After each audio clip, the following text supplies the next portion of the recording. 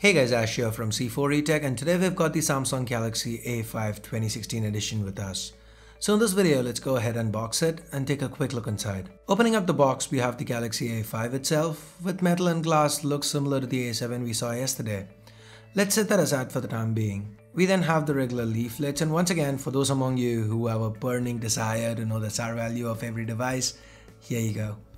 We then have a micro USB cable, earphones, a fast charger, and the SIM ejector tool. Peeling the plastic off, the first thing you can see is that just like the Galaxy A7, the A5 is quite similar to the Galaxy S6 from last year. We have 2.5D Gorilla Glass 4 to the front and back. To the front, on top, we have the sensors, earpiece, a 5 megapixel front-facing camera, and Samsung branding. There's no notification LED light here as well. We then have a 5.2-inch display followed by the physical home key, flanked by the backlit capacitive recent apps and back keys. The physical home key has a fingerprint scanner built in and it seemed to work well. To the back, we have a 13 megapixel rear camera with optical image stabilization and a single LED flash. Samsung branding can be found below. To the right, we have a power button and a slot. Here you can add a SIM and a micro SD card. Up top, we have the secondary noise cancelling microphone and another slot. Here's where you can add the second SIM card. Again, points to Samsung for not going with a hybrid slot. The volume rockers can be found to the left, and at the bottom we have the primary microphone, micro USB port, speaker, and the 3.5mm headphone jack. Note that this micro USB port has support for USB OTG built in. The Galaxy A5 is just 7.3mm thick and weighs in at about 155 grams. Feels well built. Just like the A7 and the A9 we saw earlier, this one feels premium too, as the A series overall resembles the S6 from last year. That said, the A5 is the smallest of the bunch and is the easiest to use single-handed. The reason for the A5's smaller footprint is the fact that it sports a smaller 5.2-inch display. This is a Gorilla Glass 4 covered 5.2-inch Full HD Super AMOLED display, meaning a pixel density of about 424 pixels per inch. That's quite sharp, and because it's a Super AMOLED display, we do get punchy colors, great viewing angles, and amazing contrast as a result of the deep blacks. If punchy colors aren't your thing, Samsung does let you choose between various modes. Underneath the hood, the A5 features a 64-bit Exynos 7580 chip. That's 8 Cortex A53 cores clocked at 1.6 GHz each, coupled with a Mali T720 MP2 GPU and 2 GB of RAM.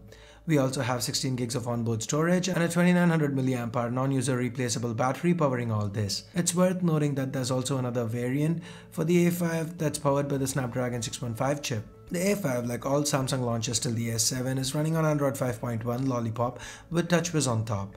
And as always, Flipboard lags, turning that off.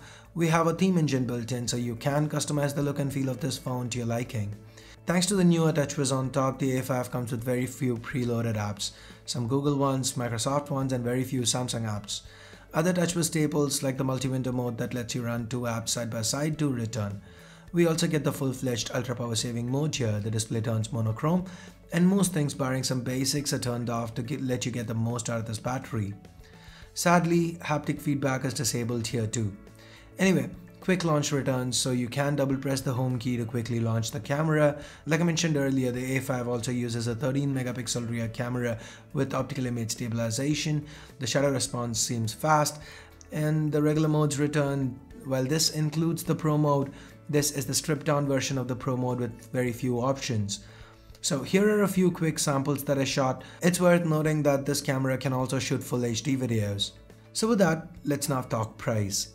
The Galaxy A5 is priced at 29,400 rupees here in India, and that, just like the A7's pricing, is atrocious. So talking about the A7, here's what I had to say about the A7's pricing in my unboxing yesterday. The Galaxy A7 2016 is priced at 33,400 rupees here in India, and that's frankly atrocious.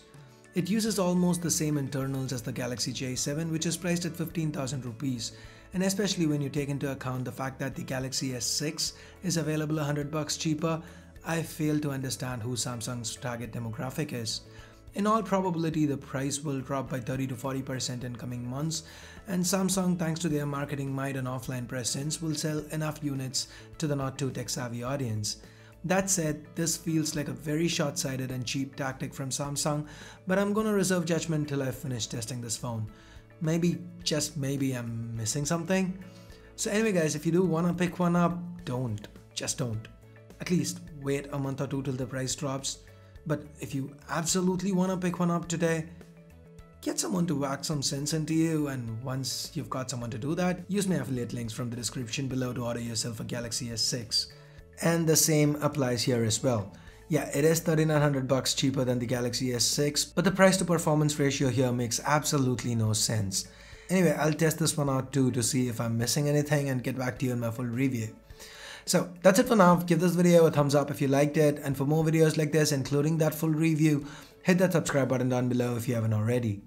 Till next time, this is Ash here from C4E Tech signing off. You guys have a great day. Bye bye now.